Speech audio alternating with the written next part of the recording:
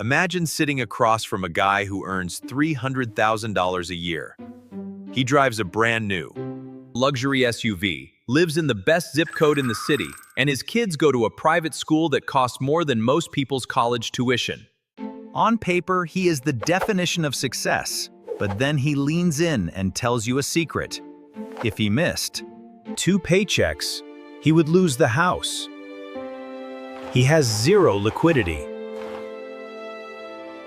He is technically insolvent. Now, compare him to a school teacher earning 80 grand, who sleeps like a baby because she has a portfolio that generates cash, whether she works or not. We are conditioned to look at the paycheck as the scoreboard, but that is a dangerous hallucination. Today we are going to dismantle the obsession with income and Ma, it is not about what you make. It is about what you keep. The confusion between income and wealth is the single biggest trap in personal finance. I see it constantly. We judge our financial health by the flow of money coming into our checking account every 2 weeks. If the flow is heavy, we feel rich. If the flow is light, we feel poor. But flow is not wealth. Flow is just opportunity. Wealth is a stock measure.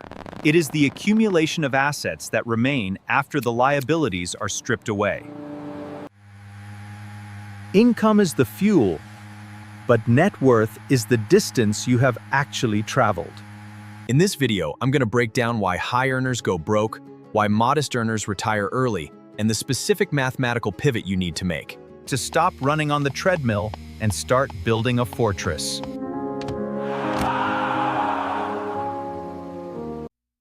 Before we get into the math, a quick heads up. Most financial videos tell you how to make a quick buck. This discussion is about structural financial engineering. It is going to take about 30 minutes, but understanding this distinction is crucial for maximizing your return on investment. It is likely the highest ROI activity you will do this year. If you appreciate deep dives that respect your intelligence and do not just scream stock picks at you, do me a favor and hit the like button. It helps the algorithm find other people who actually care about the numbers.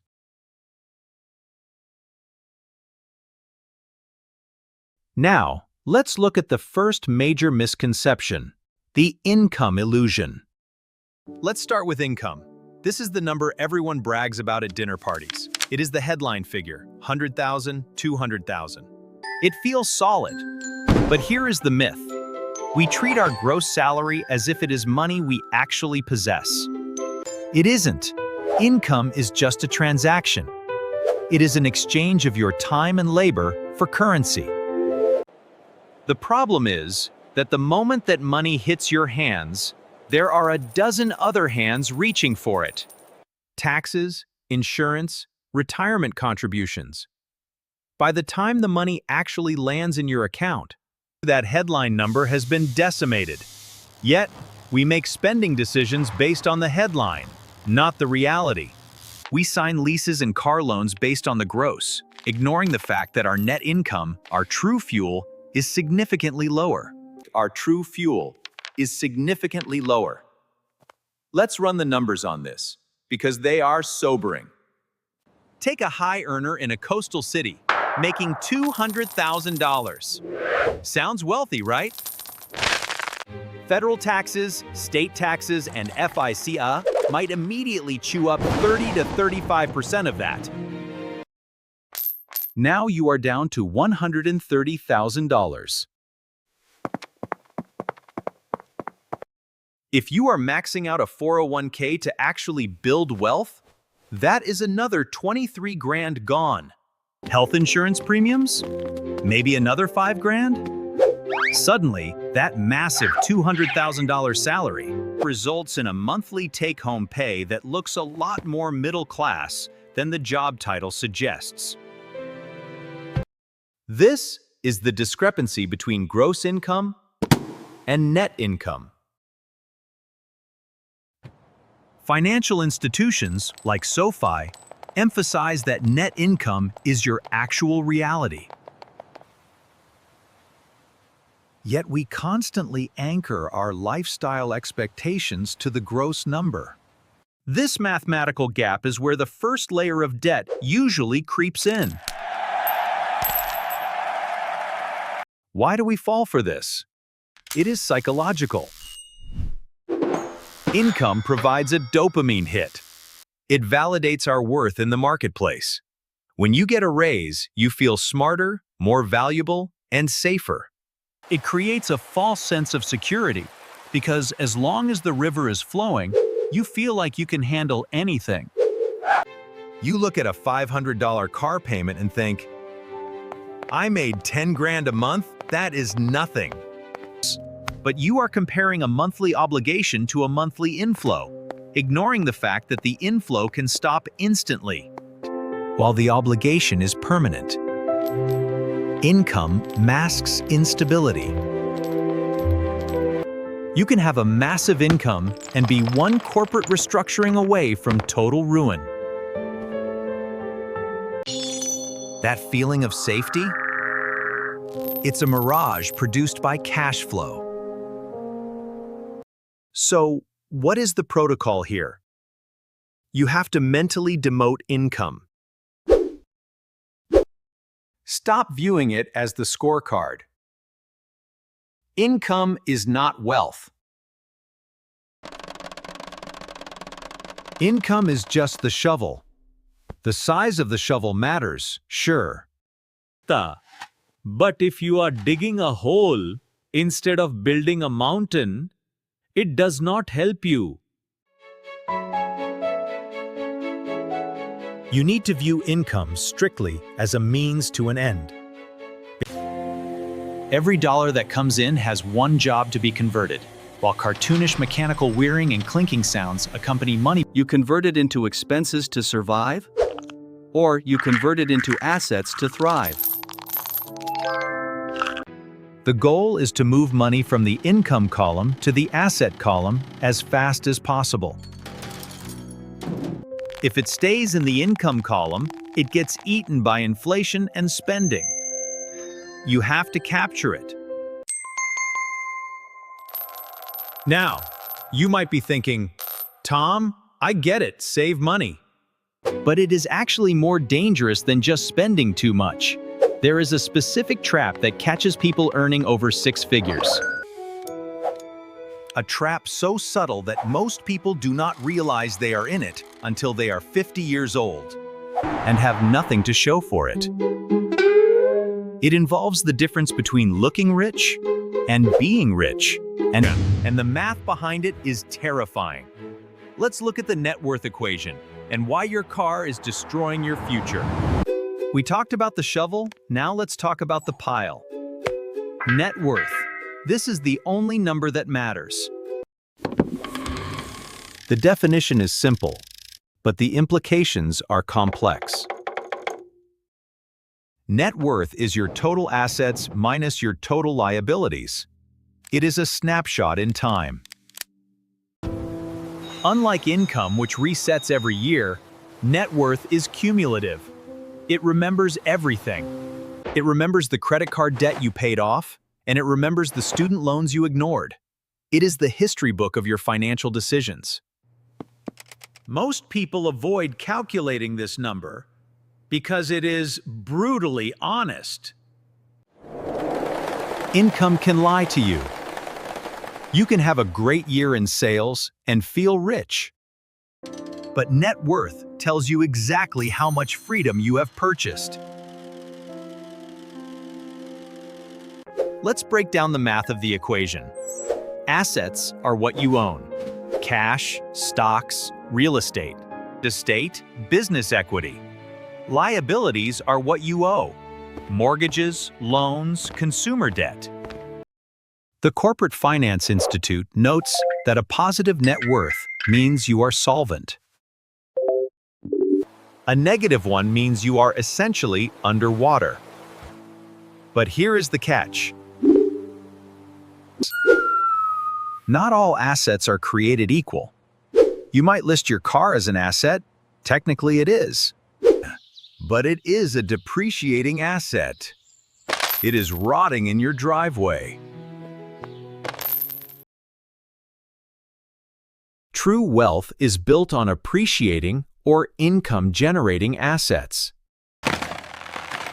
If your net worth is tied up entirely in consumer goods and cars, you have a hollow net worth. You want assets that work harder than you do. If your liabilities, that mortgage, those student loans are growing faster than your assets, your net worth is shrinking, even if your salary is going up. That is the math that kills financial independence.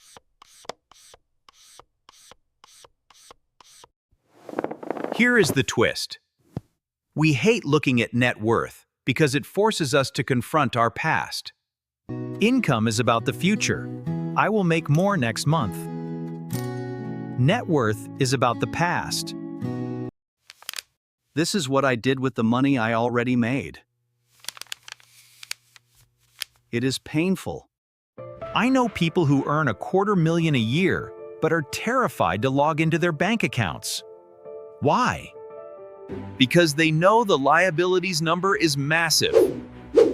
They use their high income to service the debt. They are keeping the game going, but they are not actually winning. They are just treading water in a pool of champagne. It feels nice, but they are still drowning. Acknowledging your net worth strips away the ego of the salary and leaves you with the raw data of your financial health. The practical here is aggressive transparency. You need to track your net worth.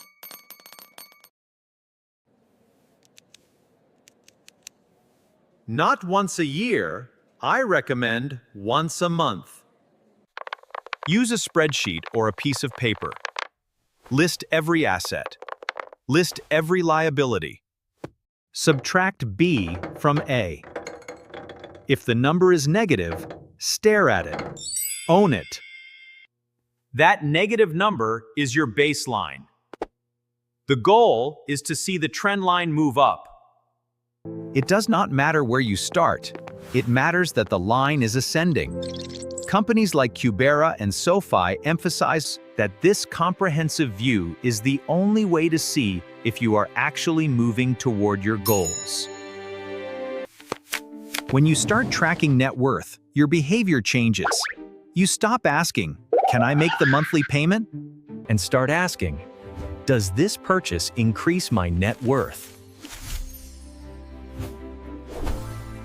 You might be thinking that a high income solves a low net worth automatically. Just give it time, right? Wrong. In fact, research shows that high income often triggers a mechanism that destroys net worth faster than low income does. It is called lifestyle inflation, or the golden handcuffs. There is a reason why you see investment bankers working 70 hours a week well into their 60s. They fell into a specific spending trap that makes it mathematically impossible for them to stop working. Let's dissect exactly how that happens. The myth is that as you earn more, your cost of living is supposed to go down. You will naturally save more. You tell yourself, "Once I hit that six-figure mark, I'll bank the rest." But reality has other plans.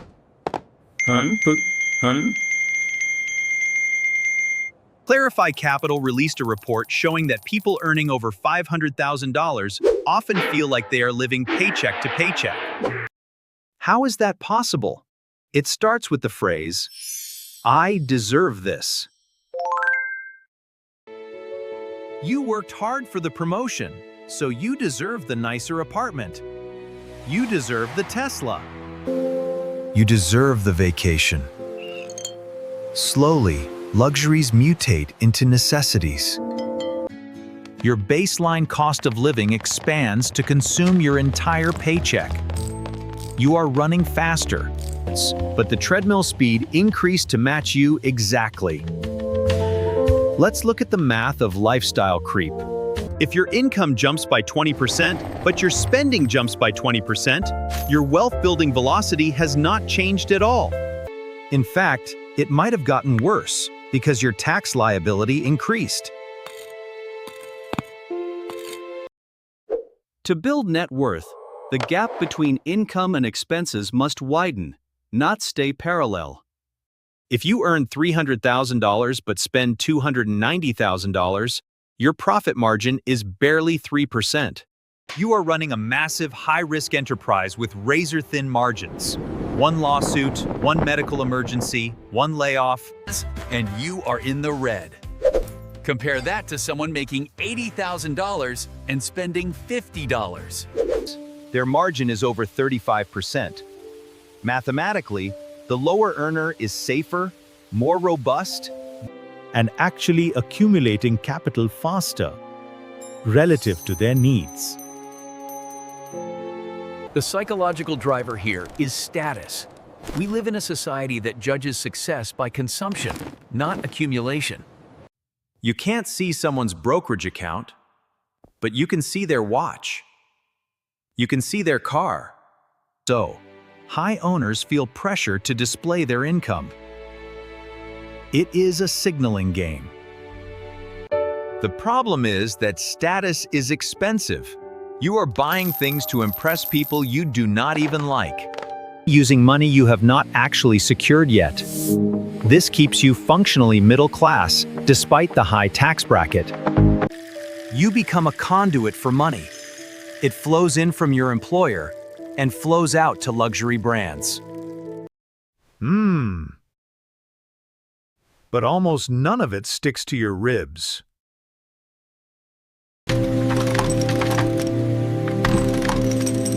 You are a high-throughput processing center, not a vault. The solution is what I call gap management. When your income increases, you must artificially suppress your lifestyle. Deliberate direction suggests that if your income goes up by 20%, allow your spending to go up by maybe 5%. Bank the other 15%. You have to decouple your spending from your earning. Pretend the raise didn't happen. Automate the difference directly into an investment account so you never even see it in your checking. If you can keep your living expenses fixed while your income grows, your savings rate explodes exponentially. This is the only way to escape the trap. You have to be willing to look poorer than you are, so that one day you can be richer than anyone realizes. This all sounds good in theory, but let's make it concrete. I want to show you a side-by-side comparison of two people. One is the person everyone envies. The other is the person everyone ignores. 10 years down the line, their lives look radically different, and it completely flips the script on who is actually winning. If you think a high salary is the golden ticket, this comparison will change your mind. Let's introduce our players. Character A is the rich earner. Income, 300 grand a year. He leases a luxury sedan, has a massive mortgage on a Mac mansion, and carries 15 grand in credit card debt because points are good. He saves nothing because cash flow covers the payments.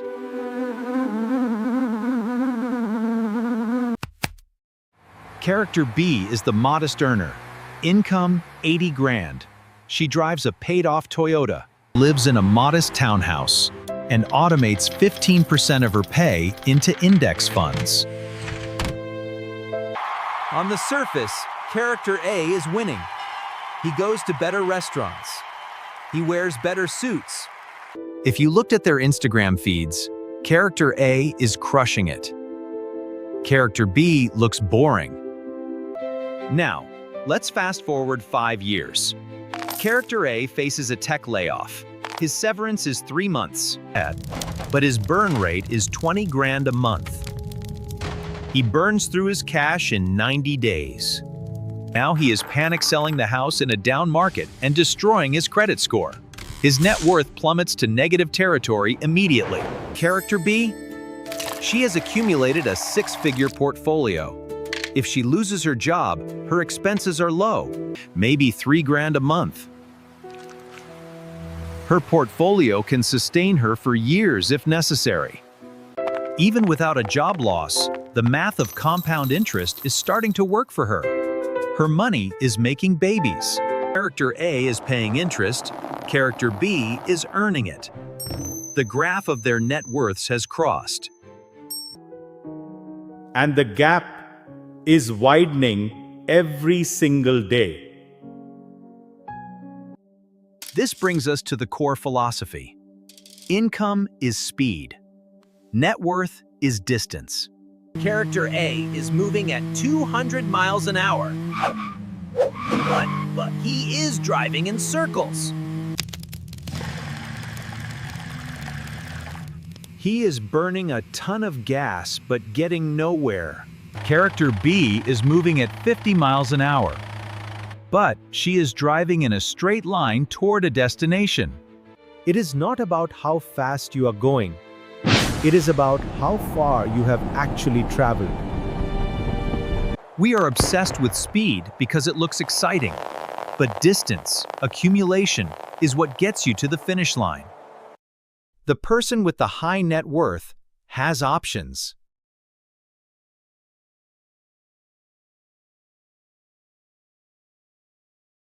The person with the high income just has obligations. So, how do you apply this? You need to decouple your self-worth from your speed. Stop bragging about the salary. In your own head, praise yourself. For the accumulation. Did you pay down principal on the mortgage? That is a win. Did you add to your brokerage account? That is a win. Did you avoid a purchase that would have increased your liabilities? Massive win. You have to retrain your brain to get dopamine from the net worth number growing, not the paycheck hitting. When you start gamifying the net worth number, you stop caring about the BMW in the neighbor's driveway, because you know he might be driving in circles.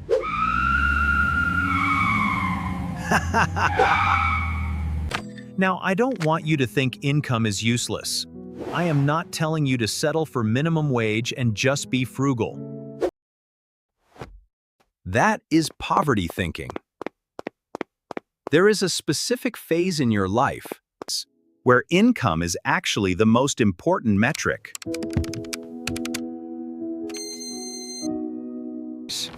And if you ignore it, you will never build wealth.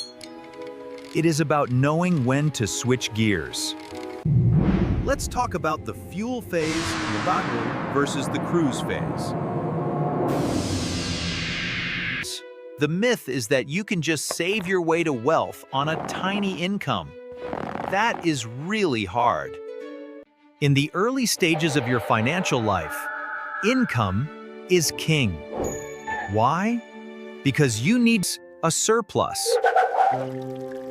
If you make enough to cover rent and food and nothing else, your net worth will stay flat at zero forever.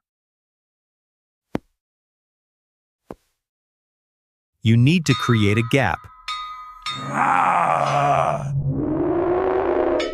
Increasing your income, negotiating a raise, switching jobs, starting a side hustle is the most effective way to widen that gap initially. As Finn A to Z puts it, net worth builds the house, but net income pays the bills. You need the raw materials. In your 20s and 30s, chasing high income is smart, provided you don't fall into the lifestyle trap we just discussed. The math here is about the crossover point. This is the moment when your investment returns exceed your annual contributions. Let's say you save 20 grand a year. At first, your savings are doing all the heavy lifting. But eventually, with a 7% return, your portfolio grows by more than 20 grand a year, just from interest. That is when net worth takes the wheel.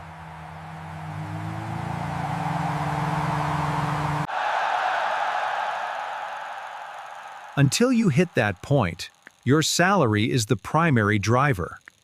Once you pass that point, your assets become the primary driver. Most people never reach the crossover point because they consume their fuel instead of igniting it. They burn the income on toys. You need to use the high income phase to rush toward that crossover point as fast as possible. The psychological danger in the high income phase is becoming addicted to the cash flow. This is the golden handcuffs phenomenon. You get used to the corporate perks, the bonuses, the lifestyle. You become terrified of losing the job. Because the job is the only thing sustaining the illusion. A high net worth individual doesn't have handcuffs. They have a walkaway fund. The twist is that the people who care least about their salary, because they don't need it, are often the ones who can negotiate the best deals. They have leverage. If you need the paycheck to survive, you are weak. If you just want the paycheck to add to your pile, you are strong. The final protocol is conversion. Every month, look at your net income. Ask yourself, what percentage of this did I convert into permanent wealth? Did you convert 10%, 30%? And only narrator speaks. 50%. The most financially successful people are simply the ones with the highest conversion rate. The most financially successful people are simply the ones with the highest conversion rate.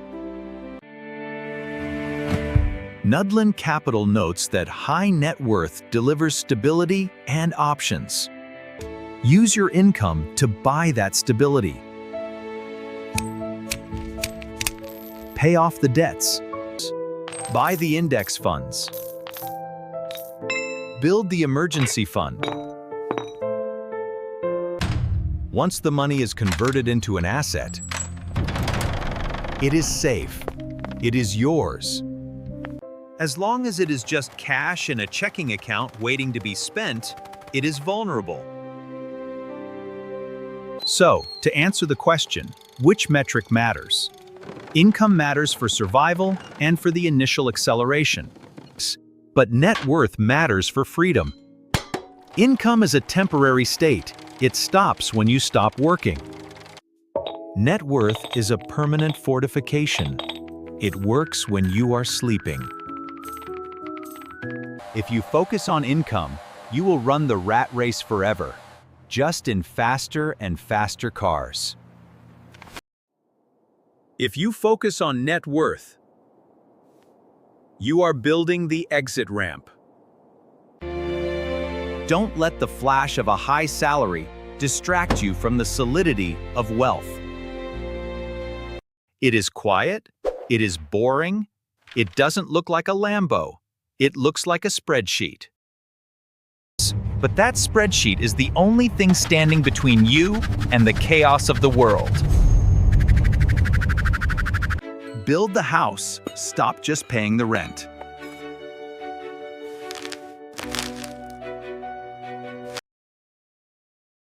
I want to hear from you in the comments.